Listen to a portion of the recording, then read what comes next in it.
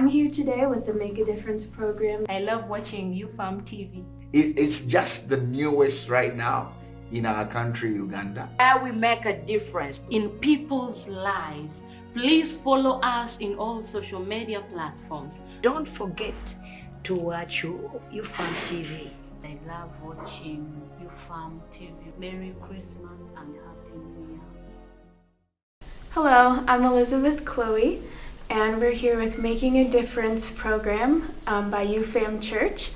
I am Chloe. I'm from the States, a state called Indiana. I'm here in Uganda, in Mukono.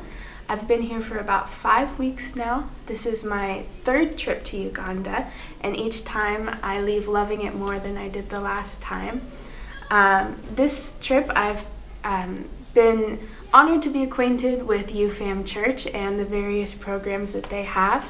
This one is called Making a Difference, where we interview different pastors and leaders in the area, seeing how they've made a difference in their communities, in their churches, asking them questions about the differences that they've seen and that they've been able to participate in.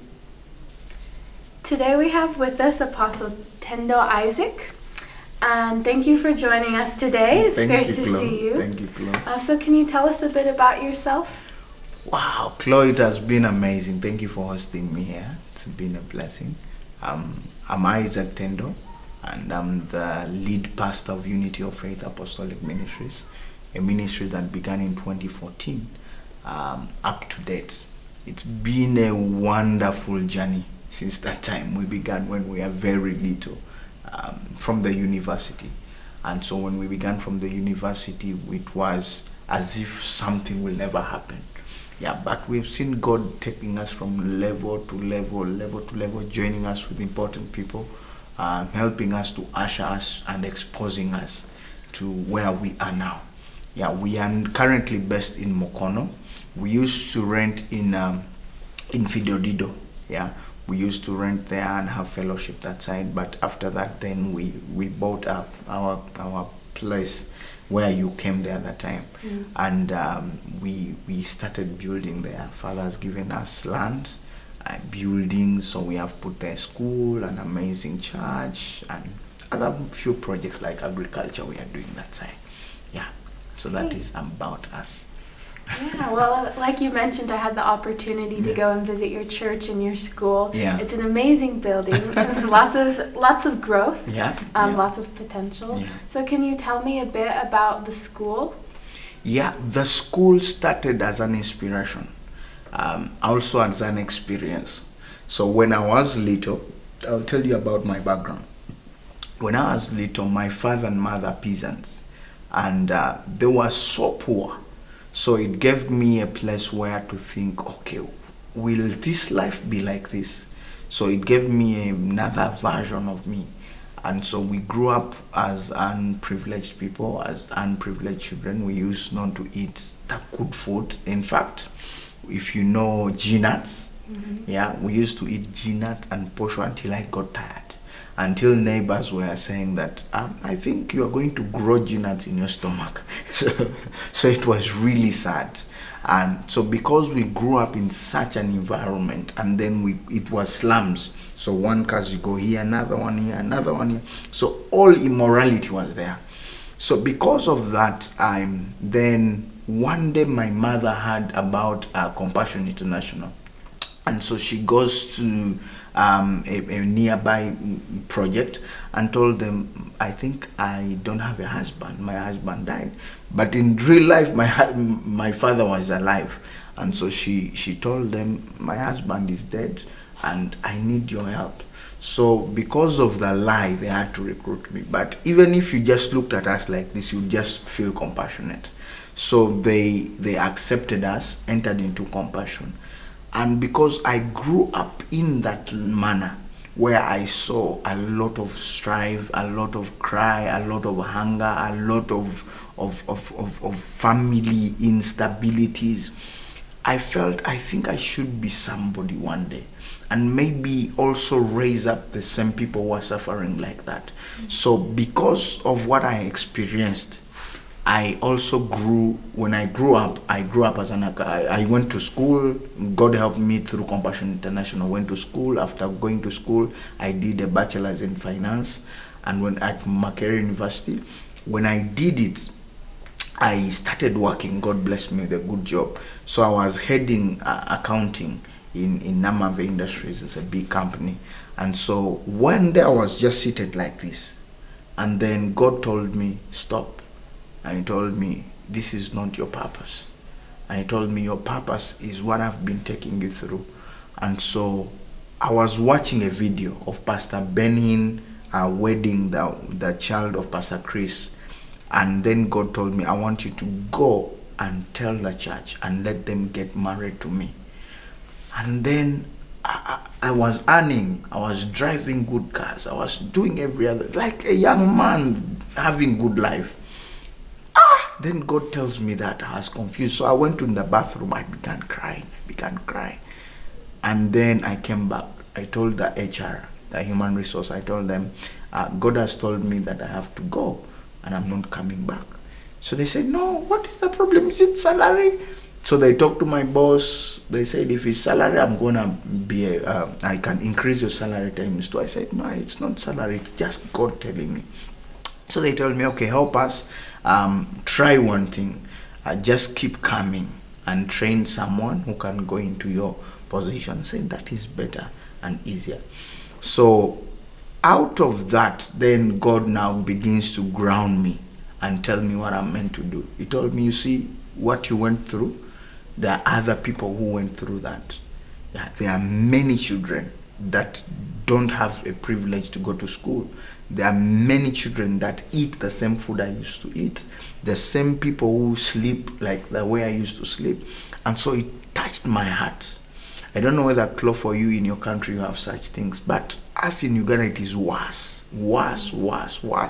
So when I started this church this side, then I got married. We went with my wife that side, and then we started it together.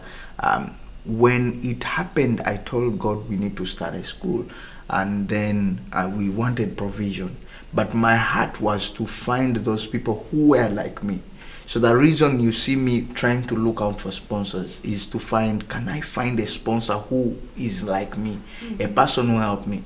The lady who helped me was from Canada. She's called Pam. And I've never met her even today. I just only emailed her. That truly finding a sponsor, the father told me it was me to be the first. So I used to sponsor children myself. I used to pay them school fees myself. So if somebody was interested in becoming a sponsor, what would that look like? How could they get started with that? Wow, thank you for that question. That is really impressive. You just go to www.ufamugi.org and click on sponsor a child, and then you start sponsoring a child. It's only $50 per month. But Chloe, let me tell you, it makes a huge difference. A huge difference. I remember the Compassion by then, it used to give us $30.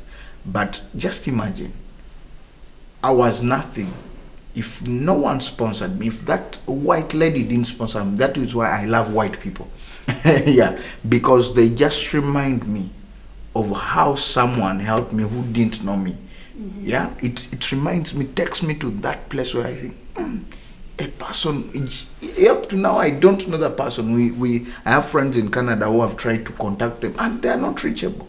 And I'm thinking, are there people who are just like angels, who just treat you, help you, and they are invisible? No one does that in Africa. Most people, okay, don't do it.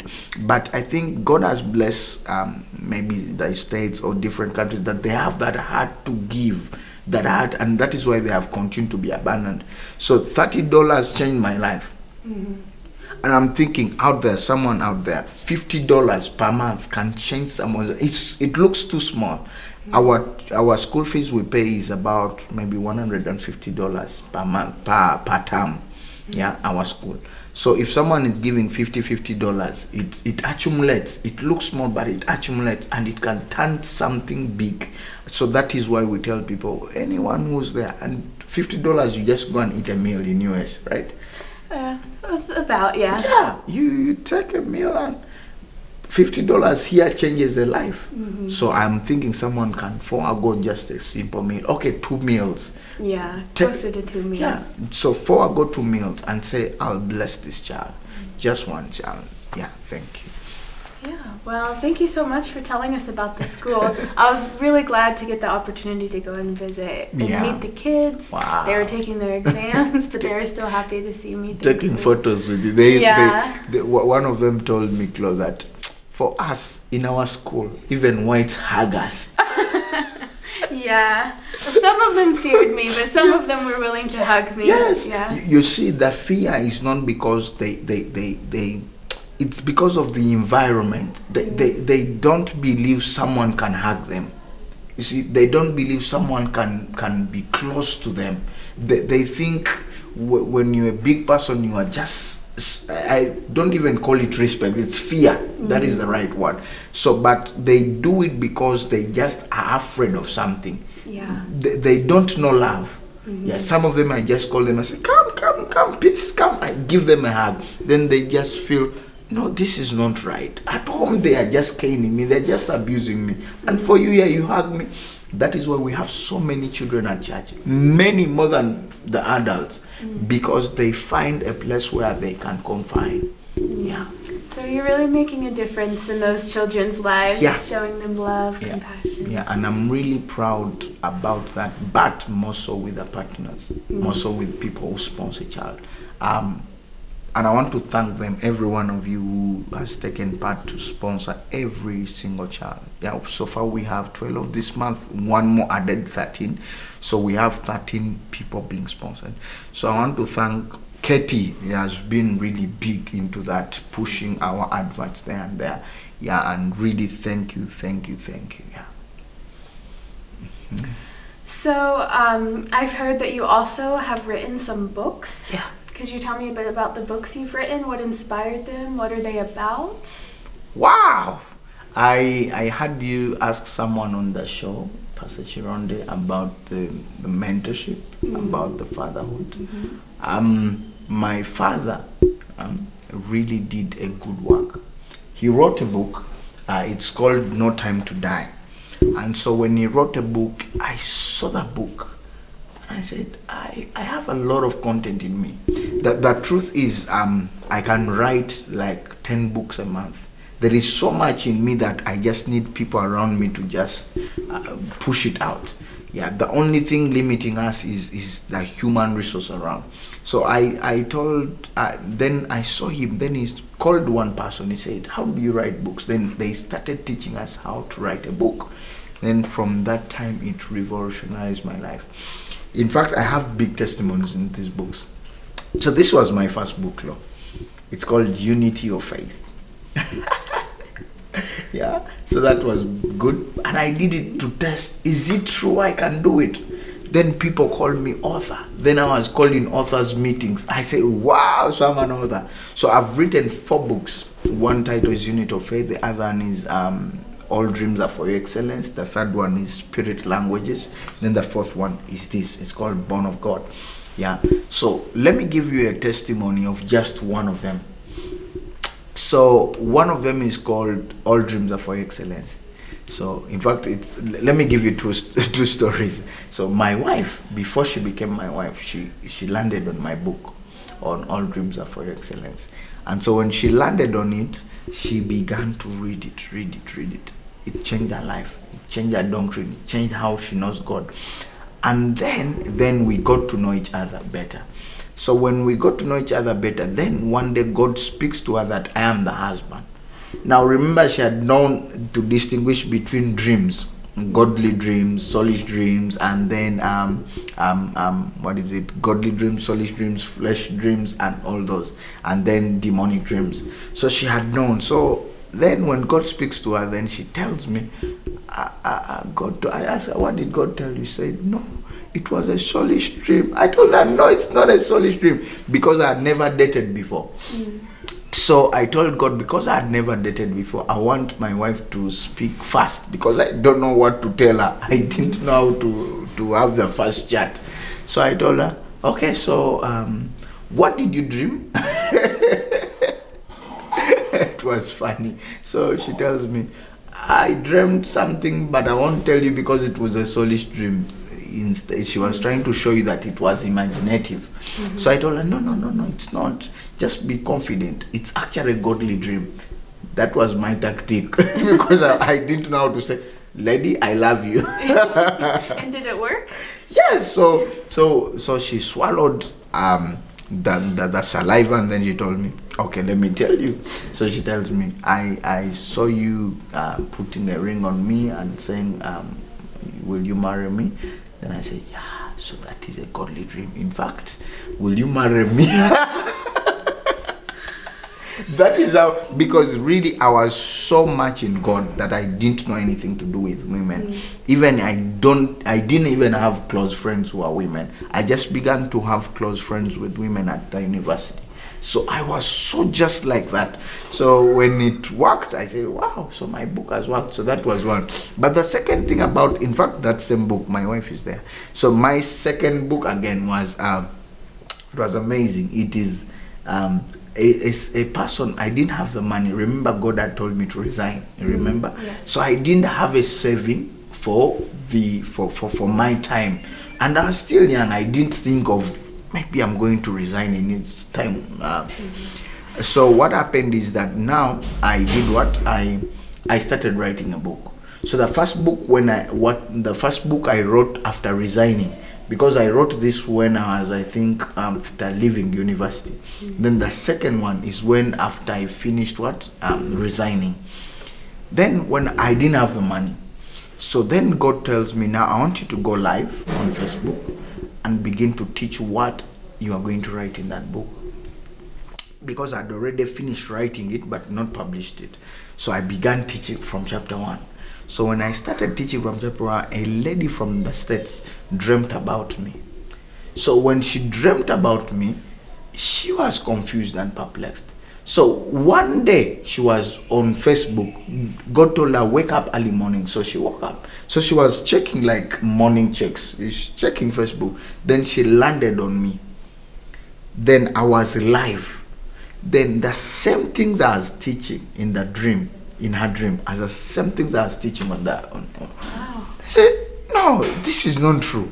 So she said, are you sure? Then she saw the face, was the same face she saw in the dream. So that is how God begins to introduce me in the States. Through a dream. And then the lady now, she told me a story, said, I've been keeping all dreams in my heart. I've never shared because they looked weird, and she's a Catholic. So she could never share them with people. So she sent me voice notes like the whole night. I said, this is serious. But after that, then she told me, I told her, I'm going to actually publish this book. Say, are you sure? Said, let me be the first person to pay for all the books that you're going to publish. That was a miracle. She sent the money that published all the books. And after that, then I sent her book. And that was amazing. Effortless, just hearing God. And that showed me that I was called. I just didn't hear something, I had God. Because how could someone in the States hear about me or know about me or really confess that she saw me if it wasn't God? So if someone says there is no God, I tell them I don't know what to say. yeah, so that is about the books. So do you think there are going to be any more books in the future? Yeah, I'm looking at, I'm growing, this is one of the things I'm doing. I'm growing a team of youth, those that people think they are useless, they are spoiled, they are nothing. I'm raising them. And so what I'm doing, I'm putting up projects like this TV setup, buy equipment, and then take my time to teach them. Teach them, bring professionals to teach them. So some of them I'm teaching them video capturing, others I'm teaching them to edit through Premiere Pro, others to do lightings and what, then others I'm teaching them to present. So as I'm doing that, I'm building a team. It takes long, but I'm so sure about it. So it takes long because we are using people who are non-professionals. But one thing I'm doing is that I am building a team that will stick. that one day, even if one wants to leave, they will remember the heart I've put into their lives. I've given them the first opportunity to be there. For example, that Evangelist Louisa, the first opportunity to be the one to say, here I am being trained. Then we have people, TV personalities who come and train them. Yeah. So this is one of the things I'm doing. Then the second thing I'm doing, I'm teaching them also computer. Sit with them, holiday makers. So they are still in holiday. Someone may think it will take years. Yeah, but they are in holiday. So when they come back, I take time, teach them computer, take them through Microsoft Word, Microsoft Excel, database, PowerPoint. As I'm teaching them, some of them will grasp it. So as they do, then I'll know, okay, so a television, human resources already available now. Then I have one that can help me in other fields, maybe the school. Then others in the project, sponsorship project, yeah. So it will help me in the future, but now there is nothing. You will just think we are doing nothing. So it's the same thing with the books. So what I'm training these people for Microsoft, what, so they will be starting to write books. So when I will sit them down, I have a tactic, I sit them down, I speak whatever I speak. Chapter 1, they go, begin to write, edit, then I get an editing team, edit, that book is done. Then I do the same thing for second book and third and like that. Yeah. Wow, very exciting. Yeah. So you're the lead pastor of a church. Remind me the name of your church. It's called Unity of Faith Apostolic Ministries. Unity of Faith. Yeah. Ufam Church. Ufam. Yeah. So you can go on Google and find it Ufam Church. So we have offices in Mukono, Nabuti Road, but we have the main churches at Mukono Chiwala. It's called Chiwala, meaning woman. Yeah, so that is the place, and we're excited. So the school is called Lifted Seed Academy. Yeah, so anyone who's interested. And one of the things I tell people, if you know of schools in the States that needs to be friends with our children, please let them know. Yeah, because we think, like you came and people were afraid of hugging you. There are many that could feel the same way. So if at all we show them the other little kids who are like them, they would think maybe we are also not nothing. Yeah, so then they begin to realize, no, a white man and a black man are all human beings, and they can all grow together and they can be friends, like finding pen pals. Yeah, so that is one of the things I'm really looking out for this year. Yeah, so as we come to the end of 2022 and start looking into the new year, what are some of your visions and goals for your church and your school? You mentioned pen pals. Yeah. Do you have any other expectations or goals that you're looking forward to this next year? Yeah, we used to be so big on social media about maybe 4 years or 3 years ago. We used to be big. We used to be in the city. So when we went in the village, it meant everything is different. People don't know technology. People don't have smartphones. People don't know anything. So it took us back. So what next year is going to be about? One, we are going to start this online television, and we want to push it big. Yeah, we want to invite big personalities. We want to buy good equipment. We want to do several things. But by the way, thank you, Chloe. Chloe was the one to make this happen. That is why I needed her to be here, because she helped us transport the camera that we are using. Yeah, so thank you. You're welcome. Yeah, so this is why I prayed for you that day, because for us it was salvation. Yeah, if you see all people that are waiting to get onto their shows, it's because of just one camera. So this is why I feel there is a lot of impact that is going on. Yeah, and that is why we call this show Making a Difference. So this 2023 we want to really stream it to media. Be big again on social media, be big again online, be big again in the States, be big again globally. Yeah. We don't want to remain local. Okay, so what goals have you set for yourself to reach those? Good question, very powerful question. So one of the things I've told you is training. Yeah, I've put in a lot to train people, to mentor, to father, to church plants. So we are doing all those so that we may attain this goal. Yeah, and I am so sure that it's going to be possible. Yeah, like this week we are going to push out the first show of our Ufam TV. First show, and we are already excited. Our church is excited. And some people will say, no, it's just online. Say, yeah, it's only online, but watch it. Just wait for it. Give us 2 years, we shall be everywhere. Because I know what God starts. When we started the school, it was just a foundation. Right now we are roofing. I will show you pictures. We are now putting iron sheets, and we are telling people, give us iron sheets. But we are about to finish the building. So it's amazing. So it means even this that God has started, you will come back next time, Claude. Next year you come back, you will find us with big equipment, big things, and you couldn't believe it that we just started like this. So this is why we are keeping on pressing on. And the other goal I'm setting is children. Yeah, I'm focusing on children tours. So when these children will go in different tours, first locally, then internationally. The goal is still to expose our television. Yeah, when all kids are starting to when all children have begun to be exposed, that means our exposure has increased. So those are the same goals we are putting in place.